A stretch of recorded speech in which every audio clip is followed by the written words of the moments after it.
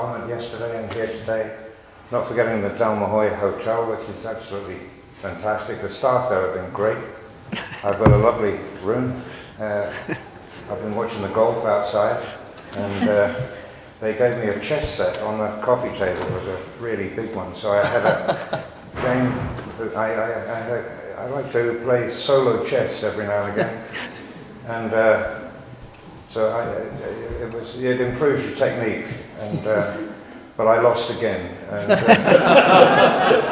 I've never won at that. And I saw the golf, and I used to play golf for a while. I never was any good at it. Well, it's sporadically good. I was actually spectacular at times, but also disastrous. I remember a game at Henley Golf Course, which is pretty tricky, with some friends of mine and the greenkeeper who was playing off scratch.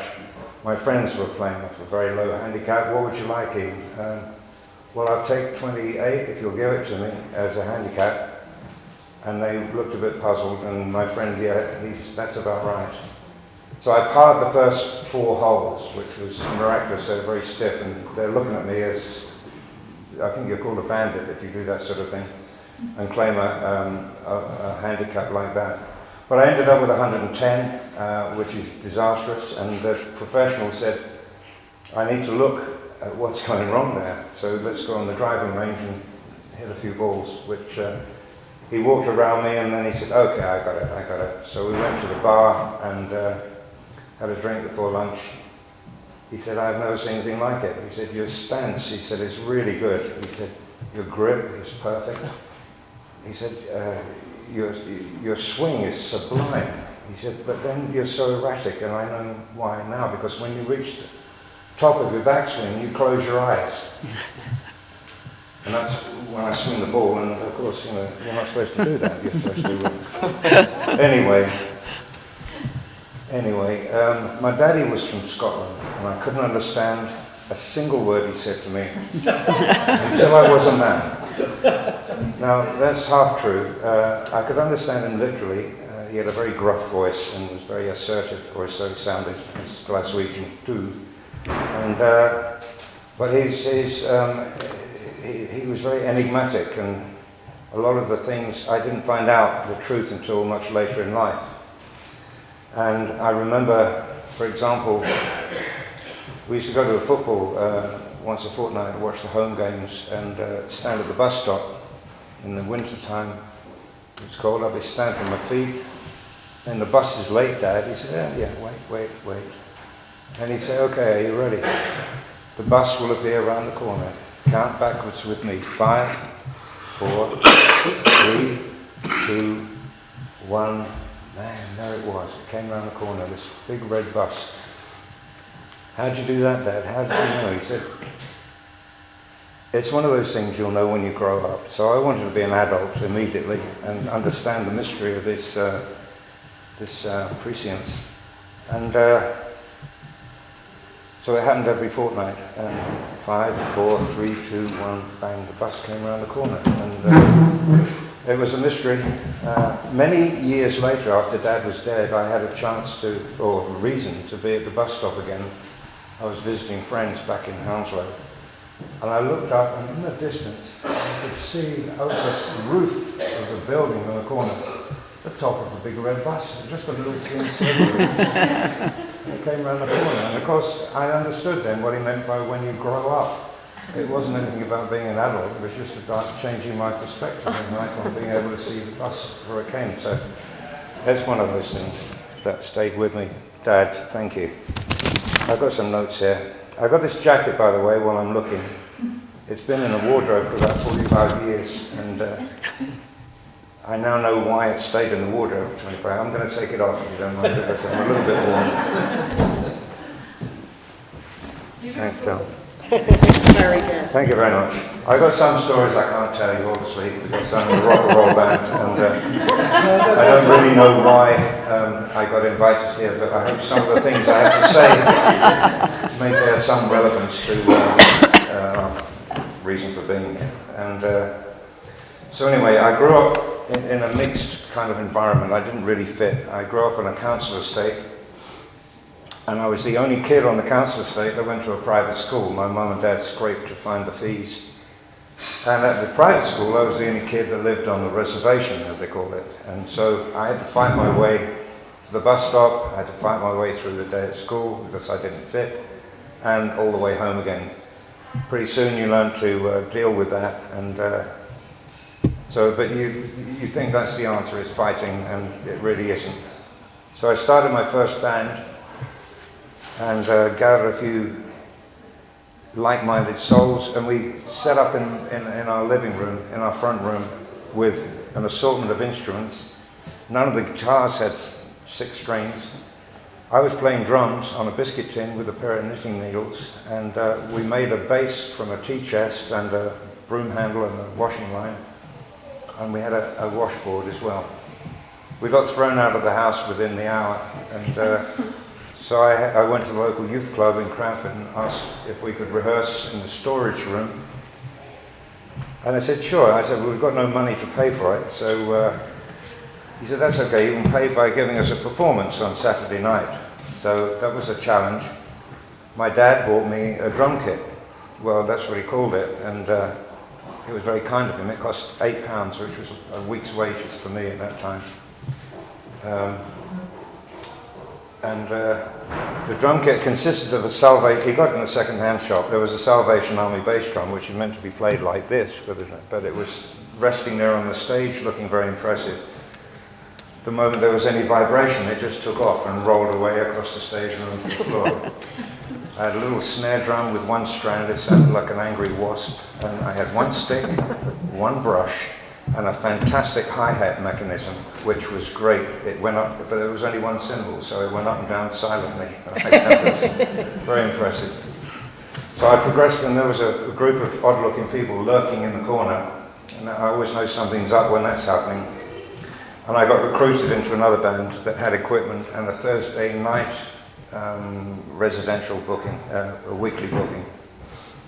And they were called the Javelins, and we started doing rhythm and blues and rock and roll, and we started building an audience, and it was quite successful. Then we started getting some school dances and weddings and stuff like that, and that went on for a couple of years, and things were looking good. And one summer we had a full diary, and but the rest of the guys decided to take off for the summer, and so all the gigs were cancelled, and I was really looking forward to something a bit more permanent. So again, I started a little jazz band, and I again one week saw some strange looking people lurking in the corner, and I got recruited into another band called Episode 6. And at that point in '65 I turned professional. And things started moving pretty quickly then. We had a van, which was better than going to work on a bus with the equipment. And we traveled abroad after a while, and I went to Germany. And this is 20 years after the end of the Second World War. And I told my mum and dad I was going to Germany to work. And I don't think it's so long ago now that perhaps we don't remember what it was like in both countries at the end of the war, and memories were still pretty fresh. And my mum, I remember the look on her face when I said I was going to Germany, and she, oh.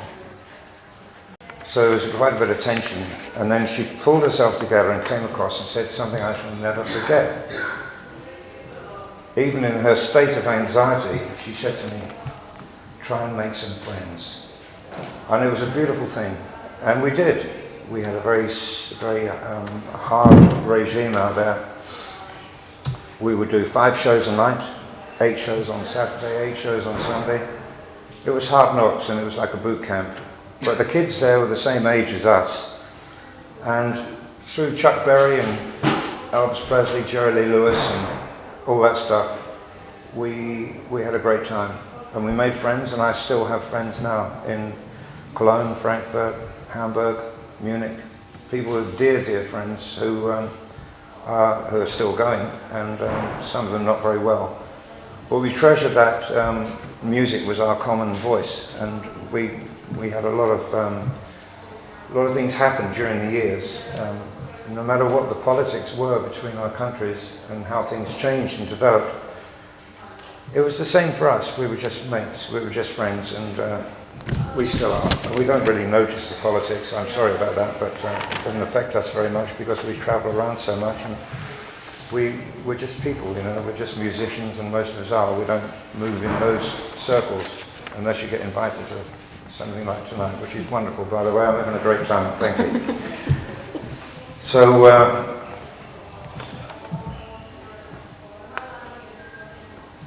yeah, I forgot to mention that early in life, music's been a part of my life since I was a kid. My granddad used to sing opera. He had a wonderful bass baritone voice. My uncle Ivor was a beach photographer and a jazz pianist. He played boogie-woogie and stride. My grandmother was a ballet tutor, so we had Tchaikovsky a lot in the house. And I was a boy soprano in the church choir. And so when I heard Heartbreak Hotel, it was natural for me to move on. Sorry, my eyes aren't that good.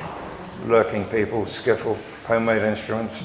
Episode 6. I met Roger Glover in episode 6, and he taught me to stop fighting and start writing. And I learned to write songs, and in the early days they were the songs of young people. Fast cars, loose women, parties, alcohol, and all that sort of thing, rebellion, and all that kind of thing. As we moved on through life, things change. You can't write about those things all your life. And you do go through changes, not only physical, but mental changes too, as you progress. And so you write about different things, but it's still got to be interesting. We went to Beirut for 3 months. I remember getting off the Middle Eastern Airlines 707 at Beirut Airport, and I could smell the cedar trees. It was fantastic. We went to a village called Marmotane near Jounieh, and we worked at the Casino du Liban, which was on a par with Las Vegas and Paris at the time. They had massive entertainment with, no expense spared. We met some incredible artists, international. I saw some incredible things in the Bekaa Valley and in the estuary of what they euphemistically call the Yellow River in Beirut. I saw a lot of things while I was there, and not all of them did I understand at the time, but on reflection, we did. During that time, we had a manager called Gloria Bristow. I have to say that very carefully. Because in the... I can't tell, can I? No. Yeah, you have to tell. No, I can't. Well, she had a nickname that was very similar, and Glorious Bristol was her name, her nickname. But she was a fantastic woman, a publicist, and gave good advice. Called me into the office one day and said, "There's been an offer for you from the producers of a record called Winchester Cathedral." I don't know if anyone heard it. It was Winchester Cathedral, yeah, da, da, da, da. It was a session band, and the guy was on TV singing through a megaphone. Well, this was a huge hit in America, but as there were session players, there was no real band. And so they were putting one together for an American tour, and I was offered the job. £100 a week, she said. My God, I can never imagine so much money. I'll take it. She says, hang on a second. You know, there's something you've got to remember, that you will be remembered, as we all are, for the first thing at which you are successful. That's human nature. If you're an athlete, people don't like you to become a politician. If you're a comedian, they don't like you to be this or that. They like to see you as you are, and so if you do this, you'll be remembered for singing Winchester Cathedral for the rest of your life. Now, you've got two ways of looking at this. If you do something you don't really like and you become successful at it, it's not really a great feeling of success. If you fail doing something you don't like, it's an awful failure. If you succeed doing something you love, it's the best kind of success. And if you fail doing that, then it's not that bad because you love what you're doing. So I didn't take the job, fortunately, through her good advice. And sometime later I got another strange looking group of people hanging around in the back of the venue. And they were the 2 or 3 of the guys from Deep Purple, and I got the job there in 1969. And things moved upwards and onwards. Sorry about this. Then I got the Jesus Christ gig, which was very nice. I recorded Jesus Christ Superstar in a session for 3 hours. Remember Tim Rice and Andrew Lloyd Webber invited me round to their flat to routine the song, the Garden of Gethsemane, which was the opening track on the album. And Andrew was sitting at the piano playing with what I could have sworn was a pair of boxing gloves because it was so awful. And I was given the lyric sheet, and Tim said, well, he said, but I'd like you to, as it goes on, to improvise like you do with Deep Purple. And Andrew looked over his shoulder and said, yes, improvise. He said, but not too much, eh? So I ignored that. Now, where were we? Winchester Cathedral. Oh, thanks, Sally. 1983. There we are. I saw my, yes, I saw my eye guide, my eye doctor. I have diabetic retinopathy, and he said, I'm not going to go entirely blind, but I should consider changing my name to Magoo in the near future. I've also had some fun experiences on the beach, but never mind, we won't go into that. Black Sabbath. Yes, I have been Jesus Christ, I've been in Black Sabbath, and I also played Charles Darwin, so it's been a mixed career. What's next, Sally? 1983, Black Sabbath, Disturbing the Priest. Oh, this is a good story.